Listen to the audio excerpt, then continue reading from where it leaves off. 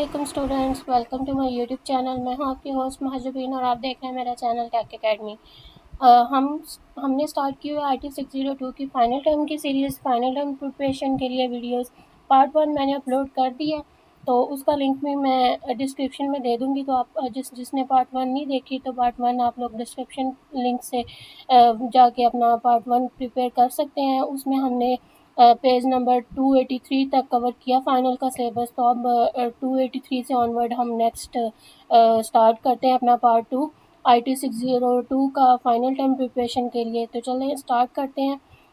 हमारा topic start हो रहा है पॉपुलर ऑपरेटिंग सिस्टम का। तो हम देखते हैं इसमें से हमारे को MCQs या क्वेश्चन वगैरह थे।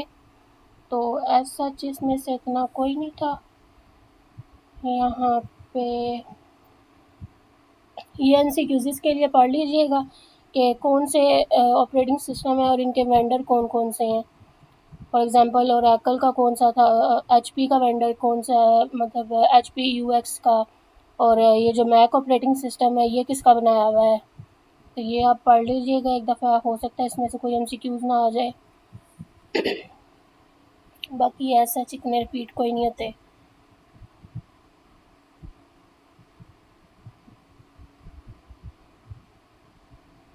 ये जो लाइन है ना, the pipe sign send the output to the ls command as input to the sort command, ये एक दफ़ा पढ़ लीजिएगा। आई थिंक सो ये भी MCQs में था किसी का। बाकी ये लिनक्स ऑपरेटिंग सिस्टम के जो इम्पॉर्टेंट जो इसके ऑपरेटिंग सिस्टम है कौन कौन से हैं, ये MCQs या क्वेश्चन में रिपीट हो सकता है। तो ये देख लीजिएगा एक दफ़ा।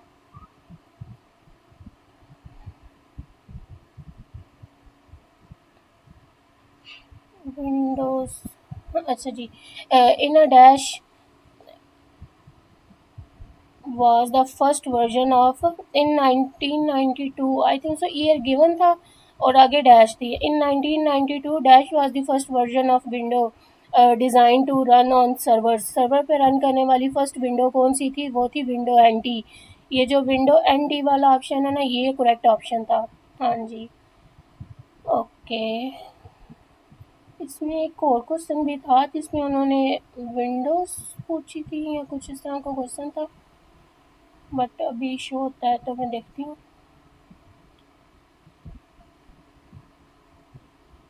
एंड यूज़र ऑपरेटिंग सिस्टम, इस तरह का कुछ था ये। ऑपरेटिंग सिस्टम, हाँ ऑपरेटिंग सिस्टम बताएं कौन कौन से हैं एंड यूज़र जो यूज़ करता है। सम ऑपरेटिंग सिस्टम, और ये क्वेश्चन था लॉन्ग क्वेश्चन में ना, शॉर्ट में sorry. Window operating system, Mac, Ubuntu, iOS और एंड्रॉयड, ये 5 जो हैं वो ऑपरेटिंग सिस्टम की एग्जांपल्स हैं, 5 किस्म के। और कुछ स्टूडेंट्स का ये भी था कि स्पेशल पर्पस ऑपरेटिंग सिस्टम का बताएं वो कौन से होते हैं। तो ये करेक्ट आपने बताना था। Firewall, intrusion detection, router, phones, ATM machines और media centre. Special purpose operating system उन्होंने क्वेश्चन पूछा था और ये उसका आंसर था, तो ये देख लीजिएगा। ओके, फेल ओवर क्लस्टर, नहीं इनमें से नहीं था।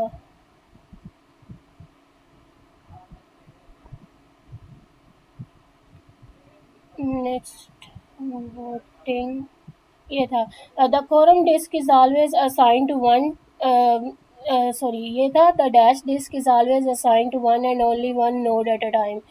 तो कौन सी डिस्क जो है वो एक टाइम पे एक ही नोड को असाइन की जाती है। तो जो कोरम डिस्क होती है ये एक टाइम पे एक नोड को सिर्फ असाइन की जाती है, one and only one node. या ये कोरम डिस्क की जगह पे भी डैश थी, या फिर ये थी कि the quorum disk is always assign to dash node at a time, only one node at a time. तो ओनली वन इसका करेक्ट ऑप्शन था। ओके नेक्स्ट, ये लॉन्ग क्वेश्चन पे था ऑपरेटिंग सिस्टम परफॉर्मेंस का बताएं। Define the performance of operating system. तो ये परफॉर्मेंस के लिए आप लोग लॉन्ग क्वेश्चन एक दफ़ा पढ़ लीजिएगा। The performance of operating system is depend upon performance of hardware और लोड जनरेटेड बाय एप्लीकेशन और configuration of operating system itself. Okay next चलते हैं। स्मॉलर कर्नल बेनिफिट्स, कर्नल का क्वेश्चन पार्ट 1 में था, वो मैंने डिफाइन कर दिया था। पैचिंग में से सच कोई भी नहीं था इतना। डिप्लॉयमेंट हाँ, ये जो होस्टिंग के ऑप्शन है ना, ये लॉन्ग क्वेश्चन में था, बट किसी को ये नहीं समझ आया कि ये एग्जैक्ट इसका आंसर कौन सा बनेगा। Hosting and deployment, define the hosting and deployment, कुछ इस तरह का उन्होंने गिवन किया था। तो hosting option define where the infrastructure is deployed and deployment model define how, यानी जो वेयर का ऑप्शन है वो होस्टिंग के लिए है, और उसके बाद deployment models define how infrastructure is deployed, यानी जो हाउ का ऑप्शन है वो हम डिप्लॉयमेंट के लिए यूज़ करेंगे, और उसके बाद होस्टिंग जो है वो हम लोग वेयर के थ्रू वेयर डिफाइन करता है होस्टिंग को। तो ये लॉन्ग या शॉर्ट में रिपीट था, ये क्वेश्चन था, इसको पढ़ लीजिएगा। ये ऑन प्रेमिसेस, ये क्वेश्चन में था आई थिंक सो बेनिफिट्स थे, या इसके ऑन प्रेमिसेस होस्टिंग के बेनिफिट्स बताएं। ये ना इंफ्रास्ट्रक्चर को कैसे होस्ट किया जाता है ये आप लाजमी पढ़ के जाइएगा। ऑन प्रेमिसेस, को लोकेशन और आउटसोर्स। ऑन प्रेमिसेस क्या चीज़ होती है, यानी उसी बिल्डिंग के अंदर जब हम लोग होस्टिंग कर लेते हैं इंफ्रास्ट्रक्चर को, और उसके बाद को लोकेशन जब किसी थर्ड पार्टी के थ्रू होस्टिंग करते हैं। और ये एमसीक्यूज भी था। A dash dedicated data center where data racks floor space network bandwidth can be rented, यानी किसी से वो कहते हैं ना हम लोग के जगह उधार लेके या किसी से स्पेस वगैरह वो हम लोग रेंटेड के तौर पे लेके वो हमारी सारा ये डाटा सेंटर को मैनेज कर रहा होता है। तो वो जो हमारी होता है वो हमारी को लोकेशन होस्टिंग होती है। तो थर्ड पार्टी मैनेज कर रही होती है सारा काम। तो a dash dedicated data center where the racks floor space and network bandwidth can be rented, तो रेंटेड जो होती है वो को लोकेशन के अंदर होती है, थर्ड पार्टी उसके अंदर मैनेज करती है। तो थर्ड पार्टी जो है वो करेक्ट ऑप्शन था। और ये जो है वो प्रोवाइड क्या क्या चीज़ प्रोवाइड करती है जी हमें, वो जो थर्ड पार्टी होती है वो हमें पावर प्रोवाइड करती है, कूलिंग सिस्टम प्रोवाइड करती है, फिजिकल सिक्योरिटी प्रोवाइड करती है। Outsourcing is a subcontracting service in which some third party purchase, deploy, host and manage the infrastructure। अगर हम आउटसोर्सिंग उसमें करते हैं जब हम एक थर्ड पार्टी सारा डाटा सेंटर को मैनेज उसको ख़रीदती है, मैनेज करती है, अपने सारे वो इक्विपमेंट्स को डिप्लॉय करती है, फुल इंफ्रास्ट्रक्चर जो है ना वो मैनेज कर रही होती है। तो ये आउटसोर्सिंग को भी एक दफ़ा अच्छे से पढ़ लीजिएगा। इंटरप्राइज इंफ्रास्ट्रक्चर डिप्लॉयमेंट, ये क्वेश्चन था कि इंटरप्राइज इंफ्रास्ट्रक्चर डिप्लॉयमेंट क्या होती है, तो ये आप पढ़ लीजिएगा। Enterprise traditional enterprise infrastructure deployment, enterprise grade hardware deliver 3 infrastructure resources compute storage and network provide high availability performance and some security control. तो अगर एक स्लाइड भी कर लें तो वो भी इनफ है, इतना लंबा चौड़ा करने की ज़रूरत नहीं है। सॉफ्टवेयर डिफाइंड डाटा सेंटर क्या होते हैं, ये तो आई थिंक सो अगर आप लोगों ने CS 505 की बुक पढ़ी होगी तो उसके अंदर भी ये टॉपिक काफ़ी रिपीट हुआ है। तो अगर आपको वहाँ की डेफिनेशन ईजी लगती है तो वो कर लें बेशक, अगर यहाँ से ईजी लगती है तो ये कर लें। ये लॉन्ग क्वेश्चन में था, SDDC को डिफ़ाइन करें सॉफ्टवेयर डिफाइंड डाटा सेंटर को। ये लॉन्ग क्वेश्चन के लिए कर लीजिएगा, एक एक स्लाइड अच्छे से कर लें इनफ रहती है। कन्वर्ज इंफ्रास्ट्रक्चर क्या होता है, ये भी लॉन्ग या शॉर्ट क्वेश्चन के अंदर रिपीट था बच्चों का। कन्वर्ज इंफ्रास्ट्रक्चर और हाइपर कन्वर्ज इंफ्रास्ट्रक्चर, इन दोनों का आई थिंक सो डिफरेंस था कि कन्वर्ज और हाइपर कन्वर्ज इंफ्रास्ट्रक्चर क्या होते हैं, तो इनको एक दफ़ा देख लीजिएगा। डिसएडवांटेजेस, ये हाइपर कन्वर्ज इंफ्रास्ट्रक्चर के डिसएडवांटेज क्या है, ये जो वेंडर लॉक इन, ये आई थिंक सो अलहदा से भी क्वेश्चन था कि वेंडर लॉक इन सिचुएशन क्या होती है। तो व्हाट इज़ वेंडर लॉक इन, ये ना अलहदा से भी एक क्वेश्चन के अंदर रिपीट था, मैंने देखा था किसी का ये क्वेश्चन, वेंडर लॉक इन। तो ये आप पढ़ लीजिएगा दोनों पॉइंट्स इसके। और क्लाउड कंप्यूटिंग, ये रिपीट था क्वेश्चंस के अंदर, डिफाइन क्लाउड कंप्यूटिंग। तो ये आप इसकी डेफिनेशन और ये पढ़िएगा, लाजमी करिएगा इसको। और ये MCQs था। Dash is an outsourcing model in which IT service are provided and paid based on actual on demand use. तो क्लाउड कंप्यूटिंग जो है वो आउटसोर्सिंग मॉडल है in which IT services are provided and paid based on actual on demand use. तो correct option cloud computing है हमारा। Okay, a dash is accessible through internet and available to a general public, यानी internet के through कोई भी access कर सकता है जनरल पब्लिक में से, तो वो क्या चीज़ होती है, वो पब्लिक क्लाउड होता है। नीचे वाला भी पढ़ लीजिएगा, बेशक हो सकता है उसमें से कुछ आ जाए। Dash is an operate slowly for a single organization, यानी अगर प्राइवेटली यूज़ हो रहा है किसी सिंगल ऑर्गेनाइजेशन के लिए तो वो प्राइवेट क्लाउड होगा, और अगर कम्युनिटी सारी जनरल पब्लिक यूज़ कर सकती है तो वो पब्लिक क्लाउड होगा। और नीचे वाला कम्युनिटी क्लाउड है, is much like a private cloud but shared a community, यानी कुछ ऑर्गेनाइजेशन मिलके जो एक क्लाउड को शेयर कर रही हैं तो वो कम्युनिटी क्लाउड बन जाता है। और हाइब्रिड क्लाउड क्या है? A service and application provided by a combination of public cloud and community, public और कम्युनिटी क्लाउड मिलके जो एक सर्विस ये प्रोवाइड कर रहे हैं, तो ये क्या चीज़ होगा? ये हाइब्रिड क्लाउड होगा। इस तरह के एमसीक्यूज आ जाते हैं तो पढ़ लीजिएगा। अच्छा, नेक्स्ट है dash deliver full application that need little or no configuration, तो ये क्या चीज़ हमें प्रोवाइड करती है? ये हमें सॉफ्टवेयर एज अ सर्विस ये प्रोवाइड करता है। Software as a service has delivers full application that need little or no configuration. और नीचे वाला ये प्लेटफॉर्म एज अ सर्विस और इंफ्रास्ट्रक्चर एज अ सर्विस, ये भी पढ़ लीजिएगा। बाकी इसमें से नहीं था। प्लानिंग स्टेजेस नहीं, इनमें से भी नहीं था। ये था dash is made, sorry, S O W describe with, sorry, ये एस ओ के आई थिंक सो उन्होंने डिस्क्रिप्शन पूछी थी। Dash describe what the supplier will do apart from delivering the goods. हाँ जी, कि उसने ना डिस्क्राइब जो करता है ना सप्लायर, कि वो क्या चीज़ आपको प्रोवाइड करेगा, जो उसने आपके साथ एक एग्रीमेंट किया होता है, तो वो हमें जो स्टेटमेंट ऑफ वर्क है ना वो चीज़ हमें बताती है। वो मतलब होता है S O W, statement of work. Describe what the supplier will do apart from delivering the goods, तो ये स्टेटमेंट ऑफ वर्क इसका करेक्ट ऑप्शन था। ओके, नेक्स्ट इनमें से एक था, नहीं, स्टैंडर्ड सप्लायर, ये वेंडर लॉक इन मैंने आपको कहा है ना कि ये क्वेश्चन में था, लॉन्ग या शॉर्ट क्वेश्चन में, तो आप ये लाजमी करके जाइएगा, ये रिपीट था। चॉइस ऑफ सप्लायर में how preferred supplier can lead to a vendor lock in, तो वेंडर लॉक इन के अंदर after some time for practical reason it become unfeasible to change the supplier, यानी हम एक के ऊपर ही ज़्यादा बेस करना स्टार्ट कर देते हैं। तो ये लॉन्ग क्वेश्चन के लिए ना रिपीट था, तो इसको लाजमी करके जाइएगा। और ये बाइडिंग एंड टेंडरिंग भी रिपीट था काफ़ी बच्चों का लॉन्ग क्वेश्चन में। बाइडिंग एंड टेंडरिंग क्या चीज़ होती है? गेटिंग एन ऑफर में involve a formal biding, biding होती है बोली लगाना, also known as tendering.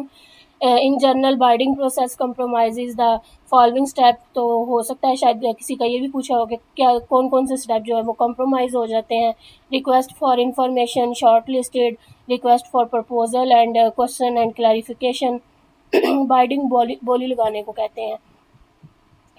Okay, आगे ये एमसीक्यूज था। Dash preferred supplier make a final price and SO, कौन सी चीज़ जो है वो उन्हें प्रेफर करती है सप्लायर को ताकि वो फाइनल प्राइस और स्टेटमेंट ऑफ वर्क बनाए, तो वो है best and final offer. Best and final offer इसका करेक्ट ऑप्शन था।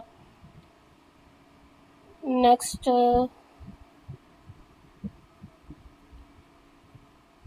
Okay, configure DNS and NTP, ये समलिंग एंड इंफ्रास्ट्रक्चर के अंदर आई थिंक सो उन्होंने शायद कुछ इस तरह का ही पूछा होगा।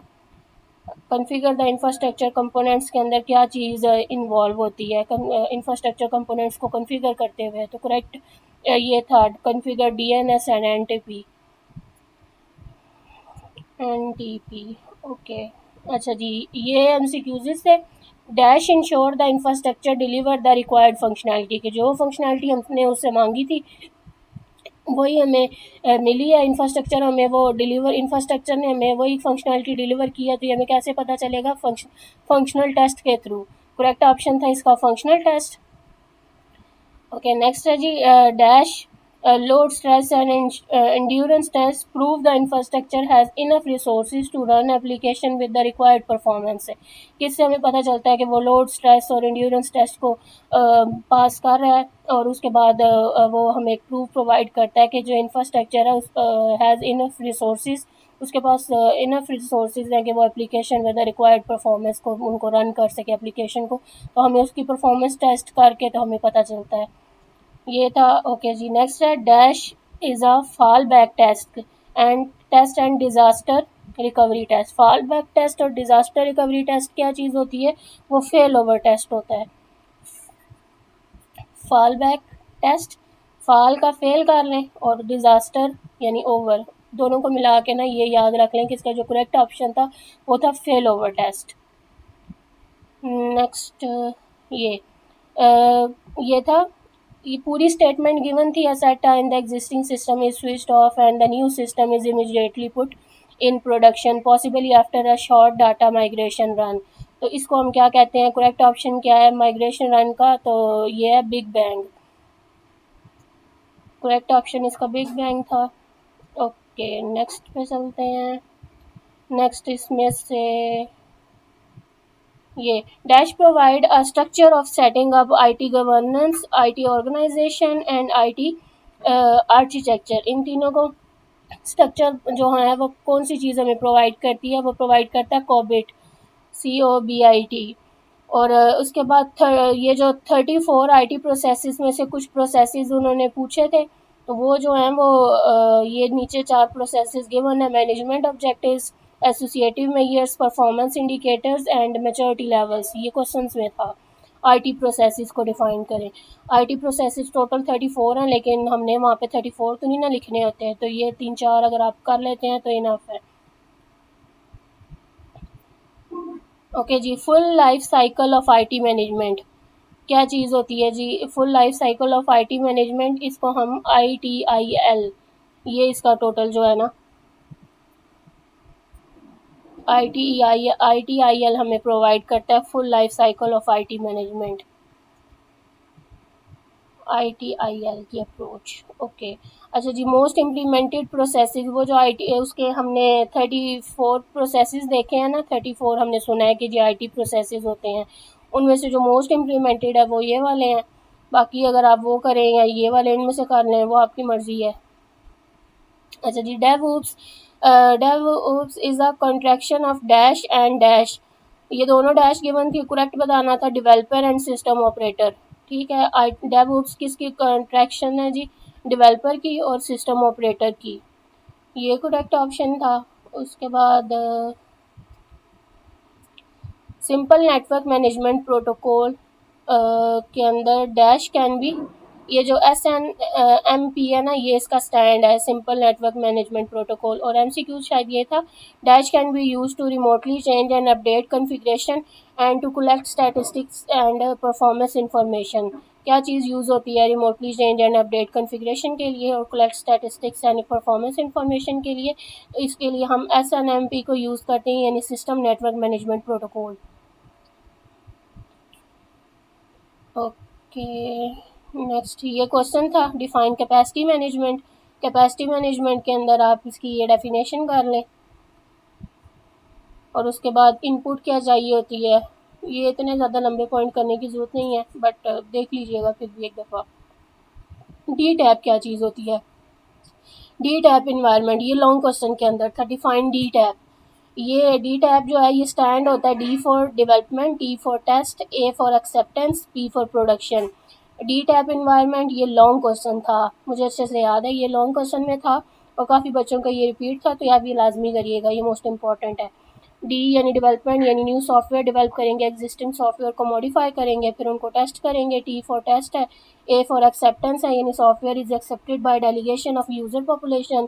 फिर उसके बाद उसको production, when all test are successful then the software is deployed for production environment. DTAP suggest 4 environments but often more environments, यानी इन 4 के अलावा भी इसकी environments हैं different। real world DTAP environment could contain sandbox environment। अगर वो अलग से environments का पूछें तो वो अगर सिर्फ DTAP की definition या explanation पूछें तो आप वो ऊपर वाला भी कर सकते हैं। अगर वो बोलेंगे नहीं आप DTAP environments के बारे में बताएं, तो DTAP environments में फिर ये होंगी sandbox environment, development environment, test environment, user acceptance. बाकी तो वही चीज़ें हैं, सिर्फ ये कि सैंड बॉक्स ही थोड़ा चेंज है। बाकी डेवलपमेंट, टेस्ट और एक्सेप्टेंस तो उसमें भी था। ये करने की ज़रूरत नहीं है हॉट फिक्स, वो 4 जो हैं वही इनफ है। ब्लू ग्रीन ये तो नहीं सुना मैंने, किसी का भी आया हो।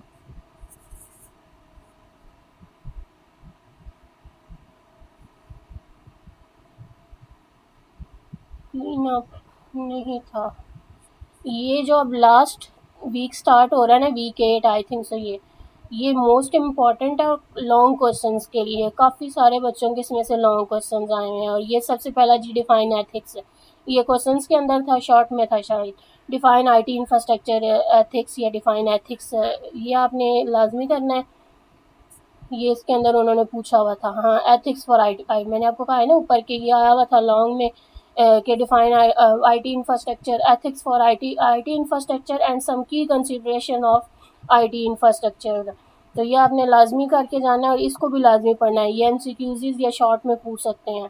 ये तो लॉन्ग में था, ये मुझे अच्छे से याद है। उन्होंने की एथिकल कंसिडरेशंस के बारे में पूछा था कि 5 की एथिकल कंसिडरेशंस बताएं। डिफाइन आई थी डेफिनेशन के लिए ये ऊपर की 1-2 लाइनें, और नीचे 5 उसकी जो आपके एथिकल कंसिडरेशंस हैं उसके लिए ये 5 पॉइंट्स। कोई भी इन सब में से जो आपको ईजी लगते हैं वो कर लीजिएगा। और ये एमसीक्यूज था। Dash for IT infrastructure involve considering the moral and social implication. Moral और मोरालिटी और social implication for design implementation. तो आपको देख के आइडिया हो जाएंगे, यानी मॉरल वैल्यूज़ के बारे में पूछ रहे हैं तो वो फिर एथिकल ही होगा, एथिक्स के बारे में। तो इसका जो करेक्ट ऑप्शन था वो था एथिक्स फॉर आईटी इंफ्रास्ट्रक्चर। और ये लॉन्ग के लिए नीचे वाला लाजमी करिएगा। प्राइवेसी एंड डाटा प्रोटेक्शन, ये लदा पॉइंट है। ये ट्रांसपेरेंसी एंड अकाउंटेबिलिटी, ये भी क्वेश्चंस में रिपीट था। ये आई थिंक सो मेरा इनमें यही था शायद, लॉन्ग क्वेश्चन में था। उन्होंने पॉइंट्स पूछे थे, की पॉइंट्स बताएं। तो ये शॉर्ट या लॉन्ग दोनों में से किसी में भी रिपीट हो सकता है, और इनके पॉइंट मोस्टली स्टूडेंट्स के रिपीट होते हैं डिफरेंट। कोई भी बेशक इनमें से आ जाए, हो सकता है किसी का प्राइवेसी एंड डाटा प्रोटेक्शन आ जाए। ये असल में ना, ये जो एथिक्स है ना, सबसे पहला ये मेन पॉइंट है। ये जो मेन पॉइंट के एथिक्स का जो मेन पॉइंट है ना, ये सारे फिर आगे वन बाय वन इन सब की डेफिनेशन है। ये जो मेन पॉइंट्स है, सबसे पहले प्राइवेसी एंड डाटा, फिर उसके बाद ट्रांसपेरेंसी, एक्सेसिबिलिटी, सिक्योरिटी, सस्टेनेबिलिटी, और एट द एंड सारा मतलब एंड तक ना। तो इन सब की बारी बारी आगे एक्सप्लेनेशन है। तो इनमें से भी पॉइंट आ सकते हैं किसी कोई भी। मेरा ये वाला था लॉन्ग में, उन्होंने पॉइंट्स पूछे थे तो पॉइंट्स 5 लॉन्ग में बताए थे फिर मैंने। ये transparency in IT infrastructure practice involve being open policies, ये डेफिनेशन, और नीचे उसके पॉइंट। एक्सेसिबिलिटी भी आ सकता है, आई थिंक सो कुछ स्टूडेंट का था भी, इसको भी पढ़ लीजिएगा। ये भी काफ़ी स्टूडेंट्स का लॉन्ग में रिपीट था। Define security and cyber security, और उसके बाद उसकी जो 5 की कंसिडरेशन फॉर पीरियडाइजिंग द सिक्योरिटी, तो ये बताना था।